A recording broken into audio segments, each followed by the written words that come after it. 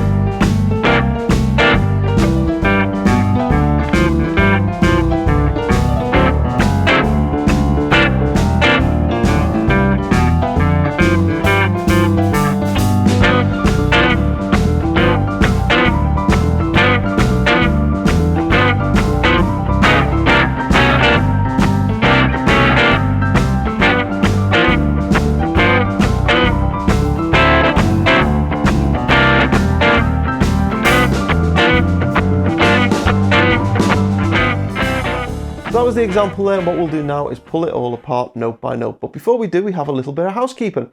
First of all, there is a free tab available for this lesson. If you would like a copy of the tab, then send me an email. My details are in the description below, and next time I'm online, I will simply reply with the tab attached. Please ask for T-Bone Shuffle so I know which lesson you're referring to. Also, there is a backing track available for this. Again, see details in the description below. Big thank you to the Patreon supporters and those who contribute through the PayPal tip jar, because they pay for the tab and everything to be made available. If you haven't done so already, please consider subscribing to the channel. We're just coming up on 30,000 subscribers. Please leave a comment and leave a like and all of those kind of things. Okay, I think that's the housekeeping out the way. Let's get on with the song. So it's a 12-bar blues in the key of G. And it starts with this little phrase. 1, 2, 3. Okay, so this phrase comes in on the preceding bar so that we land that last note, the third note in this little phrase, on the one of the start of the piece, which is a G7 chord. So the notes, I'll do it nice and slow, really simple, 3 notes, it just goes like this. And you got to kill that last note quite short. Okay, and up to speed. So in time, 1, 2, 3. Okay, then we have phrase 2, and phrase 2 goes like this. Okay, this is the main phrase. Everything else from here on in is basically a variation on this particular phrase. I'll take you through it nice and slow. It goes like this.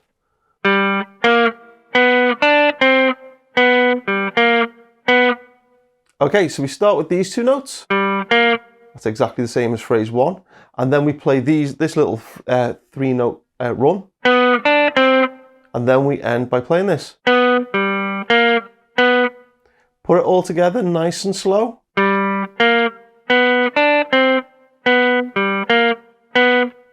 Okay, and the important thing is that last note has to end on the first beat of the next bar. Okay, I'm going to run phrase 1 and phrase 2 into each other. There's 2 beats in between each phrase. So far, the whole thing goes like this. 1, 2, 3. 2, 3. 2, 3. Okay? And now we're up to phrase 3. And phrase 3 goes exactly the same as phrase 2, except we end on a different note. So phrase 3 goes like this. So we just ended on this note here instead of this note here. So I'll take you through it nice and slow.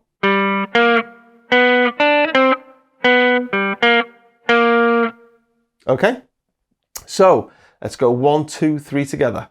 1, 2, 3. 2, 3. 2, 3.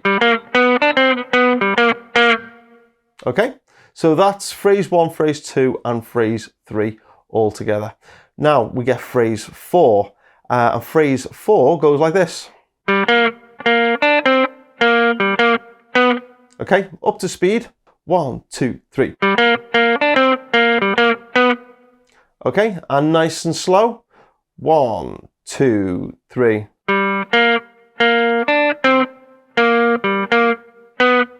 So it's very, very similar, except we're avoiding this note here for the majority of the lick, except for the very last note, that's where we're ending. The reason for that is that the underlying chord has gone to a C7. So that note there would clash against the C7, but the phrase ends just as the chord comes back to a G7. So this note here, that fits in well in the G7. And I hope that makes sense. So one more time, phrase 4 up to speed. 1, 2, 3. Okay, so then we go back to phrase 2 and we just repeat that again. And then we do it one more time. And then we go back to phrase 1 and do that twice. Okay, so I'll play through the whole thing kind of nice and slow. Here we go. 1, 2, 3. 2, 3. 2, 3. 2, 3. 2, 3. 2, 3.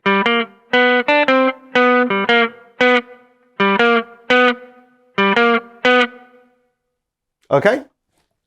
Once you get that phrase 2 down, everything else comes a lot easier because it's basically a variation on it. That's the main melody, and in all the different variations, all the different versions, cover versions of that song, that's the main piece that comes through because that's like the essence of the song, really.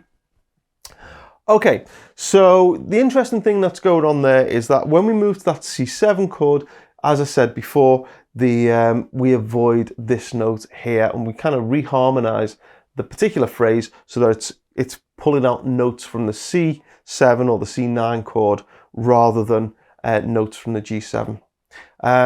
Okay, so that's the main phrase, that's the intro piece.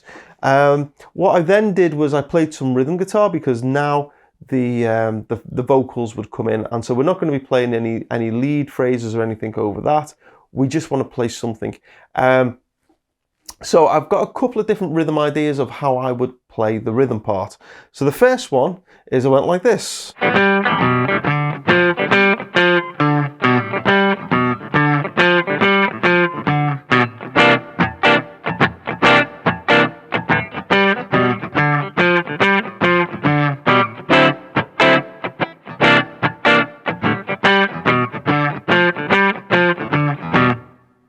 Okay, which is kind of like a real kind of old-style classic rhythm part. What I'm doing is I'm basically just pulling out the notes of a G7 arpeggio on the D string and the A string. So we have these notes here. We've got a 5 on the D, we've got a 2 on the A, a 5 on the A, and 3 on the D string. So first of all, I start on the D string with the G note here, and then just walk up the pattern. And then the second time round, I just walk down the pattern. Okay, so if you know your G7 arpeggio, you'll know these notes already, but if not, that's what they are. And I'm basically just, walking around those notes.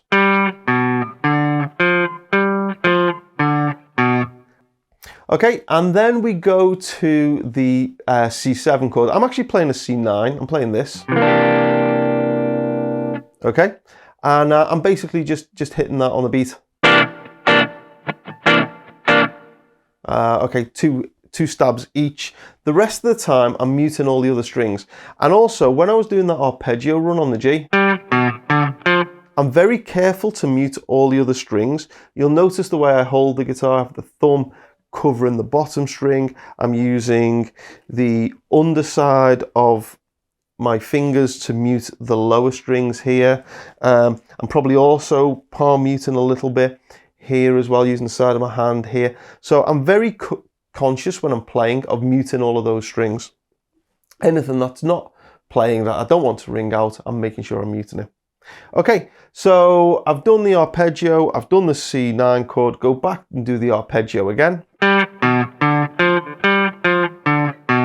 Okay, and then I'm going to D9 to a C9 and then back to the arpeggio. Okay, and I'm quite loose in the way I'm playing those things. Okay, so then that's once through the 12-bar blues, and then the next time through the 12-bar blues, I played this little pattern.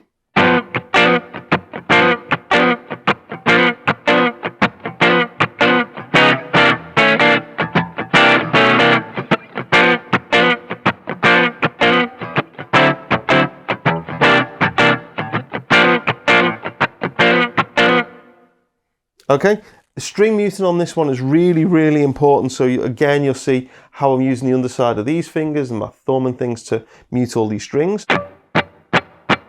And I'm just focusing on playing what is the D, G and B string.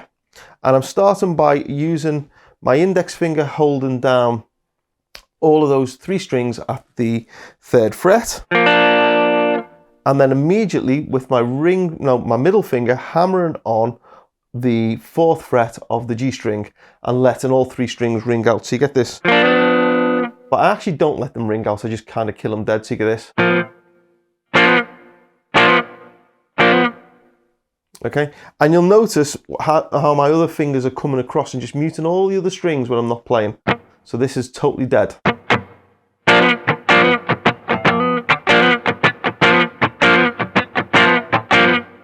Okay, and that's all it is. It's just that little move over the G chord. If you think of a G7, those three notes, they're in that G7. But I'm just using those three.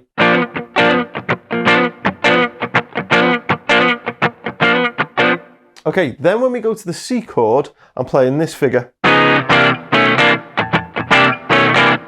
So I'm coming in before the bar, before we've actually gone to the C chord, and I'm sliding in from a semitone above, so technically a C sharp. So C sharp to a C. But it's important that you're playing that C sharp before the beat and then landing the C on the beat. So C sharp before the beat, C on the beat. Okay, and then what I'm doing is I'm basically doing the same thing again, coming down a fret to a B and then back up to the C. So you get this. Okay, and then we go back to the G. And it's just more of those. Then a D9 to a C9 and then back to the G. Okay, that's pretty much all I did. I hope you find that useful. Big thanks to the Patreon supporters. I'll put the example up again now so you can watch it, and I'll put the names of all the Patreon supporters to say a big thank you to them. So until next time, take care, and I'll see you again.